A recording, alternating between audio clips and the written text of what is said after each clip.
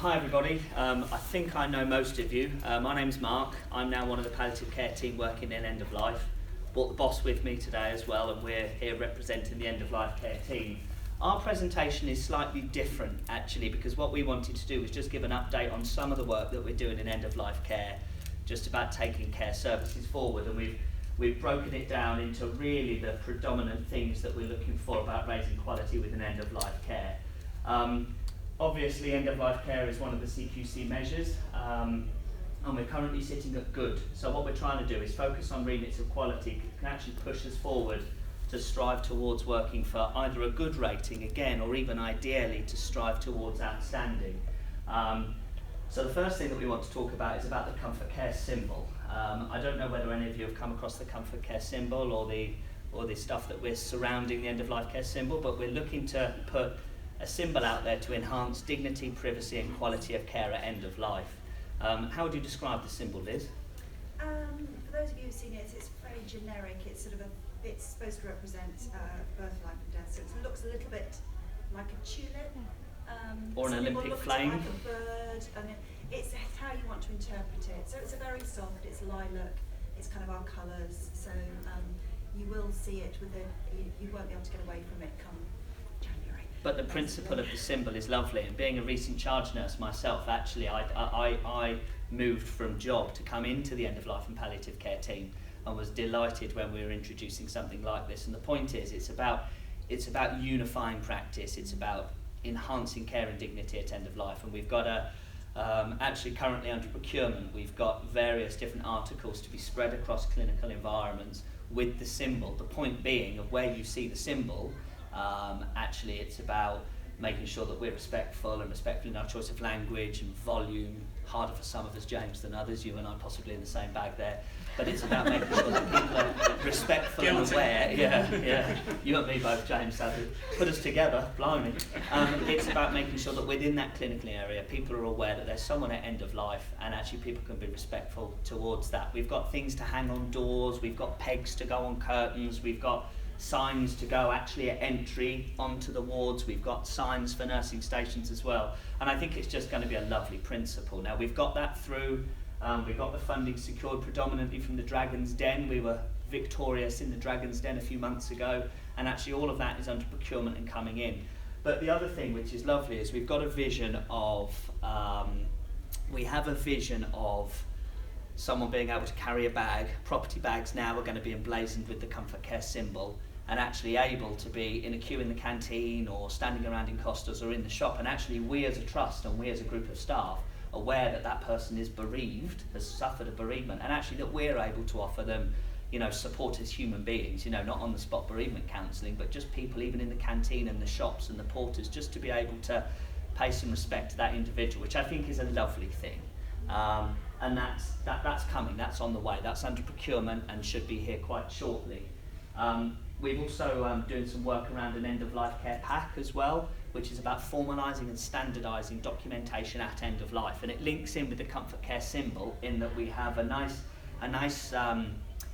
booklet where you're able to, once someone's placed on our Comfort Care plan, so our existing Comfort Care plan, able to open up the booklet. One side essentially relates to the documentation that is for the end-of-life care, so for the nurses to use, and the other side is a ready set pack of information for patients and for relatives rather, and families to be able to take away, looking at chaplaincy services, pastoral care, spirituality, practical advice and information, and that again is going to be emblazoned with the Comfort Care symbol, and it just tightens up our practice at end of life care, which again as a ward manager I'm delighted with, because you go to that pack, Vanessa, and some patients have got this and some patients have got that, and we've adapted the proactive chart to be reflective of our Comfort Care plan, and it's just a really nice exciting piece of work, and that also is under procurement. The thing that I'm most excited about, however, is about our recruitment of end of life care champions, of which we have one, which is lovely. Rachel, wave at everybody. So we have an end of life care champion. Now I could talk about end of life care champions all day, James, again, sorry. And our end of life care champions, it's not about replicating a link nurse process. We were quite keen that we don't want this to be a link nurse process. We want it to be a finite development program for trust staff to be able to initially gain some education, some experience, some knowledge and some confidence in end-of-life care, but also to be able to take that wisdom back to the ward. So a great tool for change, a great tool for communicating education, and actually just a way to be able to raise not only standards but also some awareness about end-of-life care across the trust. So far we've recruited 10 members of staff. We've got 2 OTs, so you're not alone, Rachel, and then we've got nursing staff of all different denominations. We've taken on a healthcare, we've taken on a sister, and we've taken everything in between. And work towards that is starting in December. And then we've got 5 study days over the course of the year looking at quality of care, looking at principles of care at end of life, looking at symptom control, looking at breaking bad news and difficult conversations. We're going to do some stuff in the simulations lab with actors about breaking bad news and how to manage people who are bereaved or imminently about to be bereaved. And it's a finite process, so in October or November of next year, we then have a graduation, a glass of wine, a little certificate for people's portfolio, so it becomes part of CPD. Obviously the graduation's after work hours. Stop filming. And actually it's just a lovely way to get that message out there, but actually to give something back to the staff as well. And I'm going to get to it a little bit later on, but we've got some amazing staff out there. The other thing that we're doing as well is a ward accreditation system, and I know that there's existing pathways for ward accreditation, and we have no intention to interfere with that, but there's an enormous amount of clinical teaching that goes on in the end-of-life care team. Whenever you see me with a uniform on, it's an end-of-life care day, and we're doing what you would have done, Sherma, a few years ago. We're out there, we're looking at practices, we're engaging nursing staff, we're working with our team of volunteers actually on the ward, at the end of beds, working with staff for training, education, development, and that's been really well received. And we want to formalise it, get it down on paper, and actually start to collect and grab that data. And they're probably the 4 biggest things that I fill my time with. And chatting, but we won't tell the boss that. So just to back all of that up, I'm sure you're all aware that we've also managed to get end-of-life care as part of the Trust's mandatory training framework now as well. And that was, I think, got through the board in about September, Liz? Yeah, it was a few months. So we've written a training framework at various levels, level 1 being all Trust staff, so everyone coming in has to come and watch a video about the Comfort Care symbol, which was shot Tuesday this week. So Liz is now a Hollywood star. As is Rachel. We can bring the BAFTA here next year. Level 2 would be staff on our low death rate wards. I know it's not a nice term, but that's literally how we categorise ward areas. And on our high activity or high death rate wards, then that would be a level 3 training, and it differs in terms of face-to-face on the computer and then actually bespoke face-to-face ward sessions. I think realistically speaking that's going to take some time to pull together, and I think it will tie into the release of the Comfort Care symbol, the release of the end-of-life care pack, but lots of exciting work going on. The rest is a little bit quicker. Obviously what good likes to us predominantly actually is about the CQC. We're a really small team, and actually, making sure that we get our messages out there and maintain that good rating is critical. But all of this stuff that we're talking about is about trying to do the bits around the end-of-life care that got us the good rating to strive towards outstanding. Whether we'll do it, who knows? But I think that's the overall goal. It's a lot about quality measures as well. It's a lot about being out there and being visible and just challenging practice and challenging standards and looking to raise things up. We as the end-of-life care team, play an active part in the management of complaints and incidents. I've been to 2 complaint meetings this week, and we're basing our teaching in relation to complaints and incidents that we're seeing. So for example, if there's a series of different complaints that are coming through bereavement, we were able to address those directly with the ward, and Liz and Vanessa did an end-of-life care accounts bespoke, for end-of-life care a few months ago. The ward accreditation will also be a measure of what good looks like. If what we're looking to do with the champions and the Comfort Care symbol and such is effective, then we should get that, if only anecdotally, from our ward accreditation process. Clinical quality is very subjective, but we do get a sense of what's going on out there when we're walking around and looking at patients and talking to their families, and that'll be a big marker of quality of care.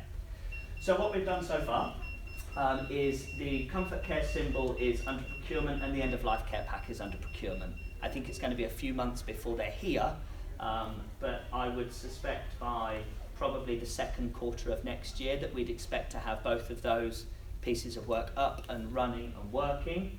The ward-based champions are starting in December, and I'm really excited about that piece of work. We've got the support of the exec level nursing team, but also the local ward managers to take that ahead, and people themselves are excited. And the ward-based clinical teaching is already going. So the story so far, firstly the achievements, we're obviously a very small team and we're quite a new team. I mean, the team's been in existence, it's new for me, but there's 4 of us. We've got a consultant, we've got Liz, who's the lead nurse for palliative end-of-life care, and then we've got myself and my colleague Lorraine. We have an existing clinical teaching framework, but we want to take that to the next level, and we've done some great work with governance. Ben and Vikas and the team in governance have been amazing for us, and they've done us on the Give Me Data. They've done us our very own dashboard where we're able to see complaints and incidents, and we're able to have access to all relevant complaints, so we can base our clinical teaching on what the current issues are. And we've got CQC Good, which I think we should all be really proud of. The metrics, again, predominantly is stuff that we've talked about. We have ward accreditation. We're developing a nursing dashboard like we similarly used to have for falls and pressure ulcers and infection rates and documentation standards and standards of care. We want to do something for end-of-life care as well, reflecting complaints and incidents and training numbers, and using our ward accreditation score effectively at compliance with what we've done. So something similar that they do in infection control, just based on all the information that we had there. And I think that was discussed at Care Accounts and had quite positive feedback. The ward champions, again, will be a metric of change management. Now the challenges obviously are going to be quite tricky. We're quite a small team, and any ideas that we have tend to stay within that small team, and I think it's constantly a challenge to get that message up to board level and out across the to engage the critical people. And the obvious change in the executive structure has been quite tricky for us, because even in my time we've gone through 2 or 3 different directors of nursing, and actually it's difficult for continuity to take that forward. It's not a criticism, it's just fact. Different bosses bring different thoughts. There are ward-based pressures on time. Sometimes we're conscious that we're getting in people's way when we're trying to take people away for education and training, and the way that we get around that is we try to do our training as part of provision of care. So you're going to have to see this patient anyway, let's go and do it together.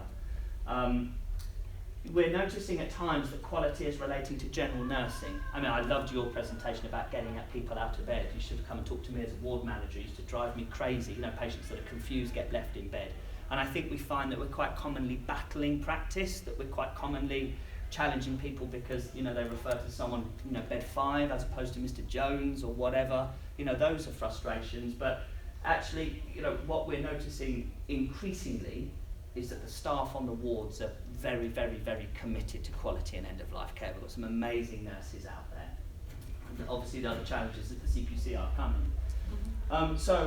What's made it a success so far? The wards, we've had great buy-in from the wards. You go to people, they're willing to talk to you, they're willing to engage, they want to know what's going on, they want to listen, everybody wants to progress.